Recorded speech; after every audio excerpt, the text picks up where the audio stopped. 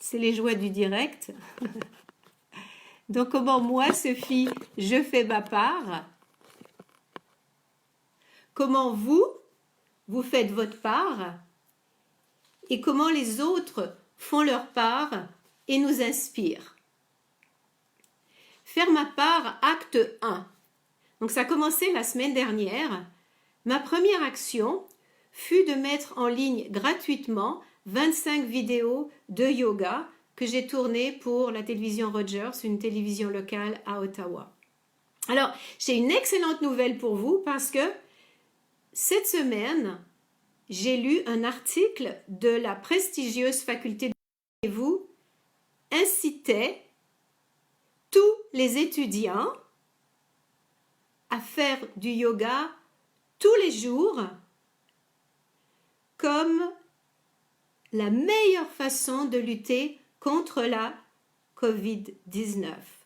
Il présentait le yoga comme la meilleure façon de lutter de par sa double action, à la fois une action préventive par son impact sur le système immunitaire et le système pulmonaire et curative de par sa capacité à contrer l'anxiété inhérente à cette situation. Donc pour ceux qui sont intéressés, eh bien j'ai mis l'article sur ma page.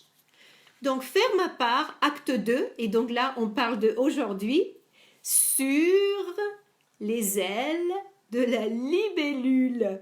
La libellule, tout comme le colibri, a cette capacité de générer en nous un sentiment d'émerveillement et peut-être pour la libellule de par la grâce, de par la légèreté qui émane d'elle. J'ai choisi la libellule pour représenter métaphoriquement comment je souhaite globalement faire ma part. La libellule, selon Ted Andrews, est associée au niveau de sa symbolique donc à la force, la foi en la force de la lumière. Et s'il y a bien une chose dont l'humanité a besoin en ce moment, c'est de la lumière. On est tous d'accord. Alors la libellule, elle sera là pour nous accompagner afin qu'ensemble, on soit capable de dépasser cette noirceur. Elle nous aidera à nourrir en nous l'espoir et le calme. Alors comment elle va pouvoir nous aider? Eh bien, on va s'appuyer sur ses ailes. Alors, la libellule, elle va sur ses 4 ailes. Donc, il y aura 4 éléments. Premièrement, évacuer le trop-plein d'émotions. Ensuite, cultiver la zénitude. Ensuite, adopter la sage attitude. Et finalement, explorer sa vie intérieure. Et ce soir, on va s'envoler pour la première fois sur les ailes de la libellule. Dans le contexte de cette métaphore, les ressources yoga que j'ai remises la semaine passée correspondraient à ce que j'ai appelé cultiver la zénitude. Et je vais vous donner aujourd'hui un autre outil pour cultiver la zénitude. Alors, il s'agit d'utiliser la respiration qui est notre meilleur allié pour calmer notre esprit. En plus de la respiration, on va y coupler une phrase pour contribuer à notre centration. Alors, par exemple, dans la tradition de la pleine conscience, qui est la base de toutes les autres méditations, puisqu'elle nous apprend à cultiver la présence, on peut par exemple se dire en inspirant, j'inspire le calme, et en expirant, j'expire le stress. Alors, je vais vous demander de le faire 3 fois. Donc, j'inspire le calme. J'expire le stress. Donc, faites-le 3 fois en fermant vos yeux. On peut utiliser une autre formulation si vous préférez. Donc, en inspirant, on peut répéter le mot ici mentalement. Et en expirant, le mot maintenant. Donc, faites-le également 3 fois. Inspirez en pensant ici. Expirez en pensant maintenant.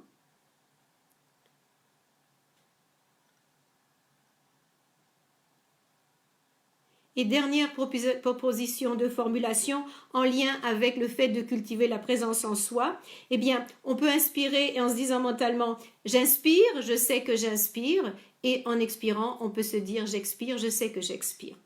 Alors ça, ce sont des exercices de respiration avec des formulations donc, qui sont plus associées à la tradition de la pleine conscience, mais on peut également s'appuyer sur la respiration selon la tradition tibétaine. Alors, on va inspirer en visualisant une lumière qui va pénétrer à l'intérieur de toutes nos cellules, puis on va expirer en visualisant une fumée noire. Donc, cette fumée noire qui sera chargée de toutes les choses dont on veut se débarrasser. Alors, vous pouvez vraiment utiliser cette ressource en modération à tout moment de la journée. C'est idéal de le faire le matin et le soir. Le matin parce qu'on s'aligne pour notre journée, puis le soir pour nous calmer avant de nous endormir. Mais idéalement, ce qu'il faut viser, c'est que ça devienne un réflexe. Chaque fois que vous sentez que vous repartez en boucle dans vos ruminations, dans vos peurs, eh bien, ayez le réflexe de répéter ces petites formulations en couplant bien entendu avec la respiration. Alors maintenant, nous voici parvenus à la seconde partie de cette présentation que j'ai appelée « Ce petit machin ». J'ai eu l'idée de partager avec vous mon coup de cœur de la semaine.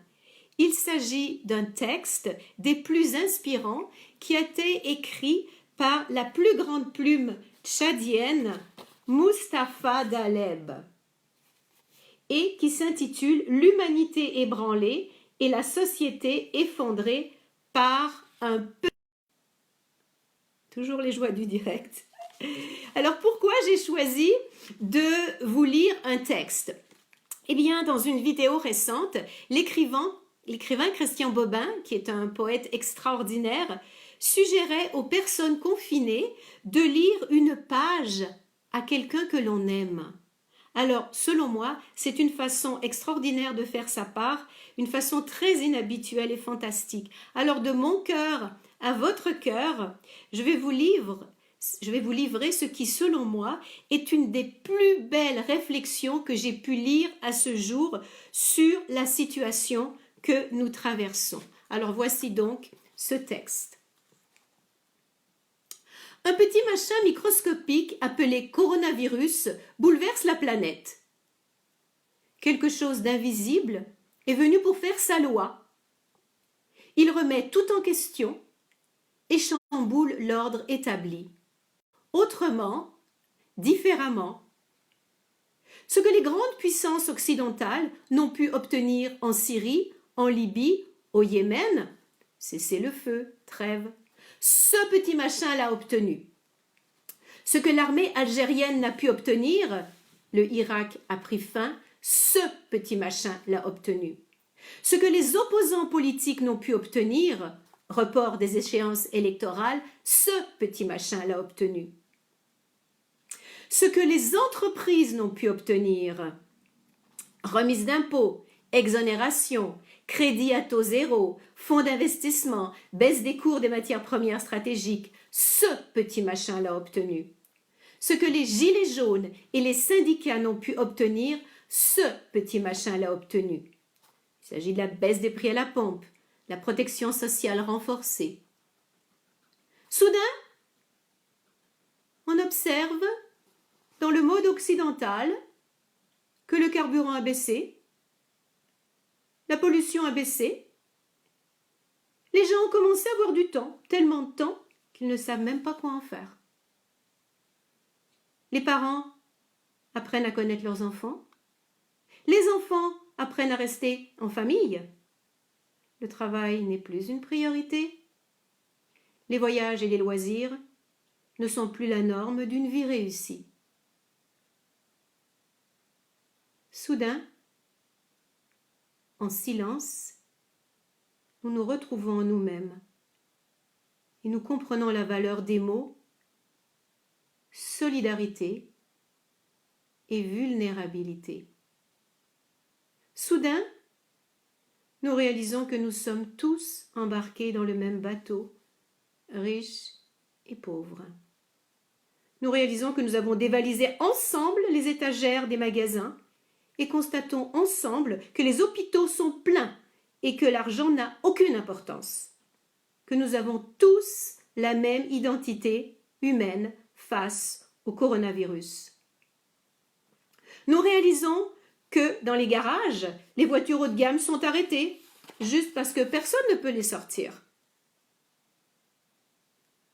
Personne ne peut sortir. Quelques jours seulement ont suffi à l'univers pour établir l'égalité sociale qui était impossible à imaginer. La peur a envahi tout le monde. Elle a changé de camp. Elle a quitté les pauvres pour aller habiter les riches et les puissants. Elle leur a rappelé leur humanité et leur a révélé leur humanisme. Puisse cela servir à réaliser la vue à aller sur la planète Mars et qui se croit fort pour cloner des êtres humains pour espérer vivre éternellement. Puisse cela servir à réaliser la limite de l'intelligence humaine face à la force du ciel. Il a suffi de quelques jours pour que la certitude devienne incertitude, que la force devienne faiblesse, que le pouvoir devienne solidarité et concertation. Il a suffi de quelques jours pour que l'Afrique devienne un continent sûr, que le songe devienne mensonge. Il a suffi de quelques jours pour que l'humanité prenne conscience qu'elle n'est que souffle et poussière. Qui sommes-nous? Que valons-nous? Que pouvons-nous faire face à ce coronavirus? Rendons-nous à l'évidence en attendant la providence. Interrogeons notre humanité dans cette mondialité à l'épreuve du coronavirus. Restons chez nous et méditons sur cette pandémie. Aimons-nous, vivons. Alors, je pense que vous êtes d'accord avec moi que ce texte est un véritable petit joyau. Et j'ai beaucoup de gratitude pour la personne qui me l'a fait parvenir. Quelle façon inspirante de faire sa part. Donc cet auteur illustre divinement bien l'aile de la libellule que j'ai appelée la sage attitude qui consiste à avoir la pensée juste, la parole juste et l'attitude juste, quelles que soient les circonstances. Alors, dans la dernière partie de cette vidéo, on a parlé des ailes de la libellule, on a parlé du petit machin, et la troisième partie, c'était en lien avec une lettre. Alors, si vous avez retenu ce que j'ai dit au début, est-ce que vous vous rappelez la lettre dont je vais parler? Oui, ok. Donc, j'aimerais bien la lire. Je ne peux pas la lire, je vois vos noms, mais je ne peux pas la lire, et je vois vos petits émoticônes, merci beaucoup. Donc, cette lettre, c'est la lettre E. E pourquoi? E pour le mot écrire. Écrire pour honorer les besoins associés à la troisième aile de la libellule qui est évacuer le trop plein d'émotions pour ventiler. Il y a un petit précepte de base qui est le suivant. La seule façon de s'adapter à une situation difficile et de la traverser, c'est d'apprendre à apprivoiser peu à peu l'inéluctable et d'aller à la découverte de notre monde intérieur afin d'y confronter les peurs qui nous habitent, mais aussi afin de nous connecter aux ressources souvent insoupçonnées que l'on a en nous et que l'on découvre justement dans l'adversité. En effet, même si on résiste, on ne pourra pas passer ni par-dessus, ni par-dessous, on ne pourra pas contourner non plus tous les problèmes associés au corona. Nous devons accepter d'y faire face du mieux possible et l'écriture peut être une aide pour nous supporter intérieurement. Pourquoi écrire? Il y a plus de 20 ans, un professeur de psychologie à l'université du Texas a démontré les bienfaits de l'écriture. Après avoir séparé ses étudiants en 2 groupes, il a demandé au premier groupe de relater chaque jour, pendant 20 minutes, les pires événements de leur vie. Et il a demandé au second groupe d'écrire sur des choses plus ordinaires, plus banales de la vie. 6 semaines plus tard, ces étudiants qui, pendant 20 minutes chaque jour, avaient exprimé leur traumatisme, affichaient un système immunitaire et un bien-être psychique beaucoup plus fort que les membres du second groupe. Et toutes les études qui ont suivi n'ont fait que confirmer cela. Écrire ses pensées, ses chagrins, les événements difficiles, un deuil, une maladie, une séparation, la perte de son emploi dans le cas qui nous intéresse, le coronavirus, eh bien ça aide à dépasser les épreuves de la vie. Alors, à vos plumes, et je vous lance un défi, le défi Venti-Corona. Donc ventiler, que vous pouvez relever avec votre conjoint ou avec vos amis à distance. À partir de demain matin, je vous propose donc d'écrire sans exception tous les jours, sans vous arrêter, sans censure, à propos de tout ce qui vous habite et vous préoccupe pendant 20 minutes. Alors si vous dites, ben là, au bout d'un moment je suis bloquée, je ne sais plus, on répète ce qu'on a dit. Oh tiens, j'ai dit ça. On répète la première phrase. On dit, oh qu'est-ce que je voulais dire? Est-ce que je peux préciser? Telle personne, qu'est-ce qu'elle en pense? Et de cette façon-là, ça va vous permettre de continuer et d'aller. Alors en psychologie, on a coutume de dire que ce qui ne s'exprime pas s'imprime. Alors débarrassez-vous chaque jour de ce trop-plein de peur et d'angoisse. Faites le ménage de votre esprit au fur et à mesure, car comme l'a démontré James Pennebaker, on a tout à y gagner, entre autres l'amélioration de notre système immunitaire, qui est essentiel pour ne pas attraper le corona. Alors, j'ai une petite version enfant, parce que pour moi, c'est très important de donner également des petits outils qui pourraient être utiles pour les parents. Alors, voilà ce que vous pouvez faire. Vous pouvez tout simplement faire dessiner à l'enfant un petit ballon de fête, comme ceci. On mettra une petite ficelle. Et puis à l'intérieur, on demande à l'enfant d'écrire quelque chose qui le tracasse, hein, à quoi il pense, mais qui est difficile pour lui en ce moment. Puis après, il fait un autre petit ballon, un autre petit ballon. Puis une fois qu'il a fait plein de ballons, on peut lui faire mettre des couleurs. Et puis on lui propose de souffler sur tous ces ballons pour enlever toutes les préoccupations qu'il a dans son cœur. Alors, moi, ce que je vois comme avantage pour les parents, c'est que ça peut être le point de départ d'une discussion ultérieure pour aider l'enfant à clarifier et préciser ce qu'il vit et ressent dans cette situation. Donc, si l'enfant est trop petit, ben, c'est sûr qu'on lui demande de nous dicter et puis on remplit les petits ballons pour lui. Alors voilà, voici ma contribution de petit colibri pour cette semaine. Alors je vais en résumer les grandes lignes. Donc on a d'abord remis le petit machin en perspective avec le texte très étonnant de l'écrivain tchadien. On a parlé de la directive sanitaire de la faculté de médecine de Harvard de faire du yoga tous les matins pour lutter contre le coronavirus, entre autres pour se détendre et calmer l'anxiété, mais aussi pour renforcer notre système immunitaire et notre système pulmonaire.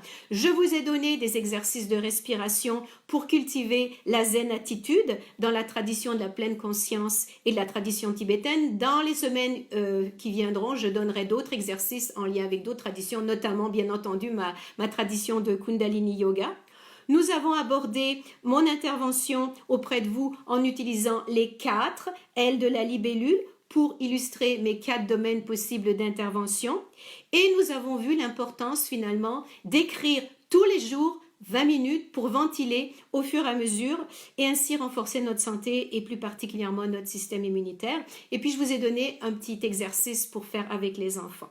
Alors, d'ici la prochaine rencontre, d'ici la prochaine semaine, là, voici quelques propositions pour prendre soin de vous. Bon, évidemment, participez au fameux défi Venti-Corona, donc trouvez-vous des alliés pour relever ce défi. Appuyez-vous sur des exercices de respiration consciente pour calmer votre esprit tout au long de la journée. Faites du yoga chaque jour. Je vais remettre le lien pour vous amener à mes vidéos en dessous de cette de cette vidéo quand elle sera publiée. Allez lire le texte de l'université de la faculté de Harvard qui parle des bienfaits du yoga. Puis enfin, si vous avez aimé ces ressources, si vous pensez que ça peut être utile à d'autres personnes, eh bien, vous partagez cette vidéo avec vos amis sur Facebook dans un élan de solidarité. Alors, avant de vous quitter, il y a une dernière chose. Peut-être vous vous dites, ben là, mes pages d'écriture, comment je fais, comment je procède? Alors, je vous ai préparé plusieurs options. Si vous êtes au Canada, nous, on peut quand même sortir un petit peu. Donc, si vous avez la possibilité d'aller chercher un cahier comme ça, on en trouve dans les Dollarama. Bon, si vous ne voulez pas aller sortir dans ces magasins-là, ou peut-être ils sont fermés, je ne sais pas. Une autre version. Il y a la possibilité aussi pour les enfants de trouver peut-être un petit carnet comme ça. Puis si vous dites, ben bon là vous êtes en France, moi je peux pas accéder à ce genre de cahier, ben vous pouvez vous fabriquer. Alors si vous avez des pages grand format, vous pliez une page grand format en deux. Et puis, à ce moment-là, vous pouvez la relier avec un petit fil ou un petit ruban. Et de toute façon-là, ça vous fait un petit journal. Et vous pourriez en faire peut-être un par semaine. Et puis, pour les enfants, ben, sinon, vous pouvez tout simplement plier une petite page ordinaire en deux, puis fabriquer un petit cahier, un petit carnet avec lui. Parce que dans le futur, ce qui va se passer, c'est que je vais vous donner de plus en plus d'outils pour faire ce qu'on appelle une tenue d'un journal de bord Corona confinement sous une forme non traditionnelle. Donc, on ne va pas utiliser juste l'écriture, il va y avoir un volet créatif. Donc, si vous êtes déjà équipé, eh bien, c'est parfait. Vous pouvez commencer dans l'outil qui est le plus adapté à votre situation actuelle. Alors, bon week-end. Merci beaucoup, beaucoup, beaucoup pour votre écoute. Et je vous aime, tous les petits colibris du monde entier. Merci beaucoup pour vos interactions visuelles, ça m'a beaucoup encouragée, d'autant que comme vous avez pu voir, j'ai eu un certain nombre de petits défis techniques. Je suis quand même contente parce que finalement, je me suis pas trop paniquée, j'ai été capable de rétablir assez vite le contact, donc j'espère que ça n'a pas brisé votre concentration. Alors, je vous donne rendez-vous dans une semaine exactement, parce que mon intention, c'est vraiment, vraiment, vraiment de vous rencontrer virtuellement une fois par semaine, tous les vendredis à 17h. Alors, qu'on se le dise, c'est un rendez-vous. Merci beaucoup, beaucoup, beaucoup et prenez soin de vous.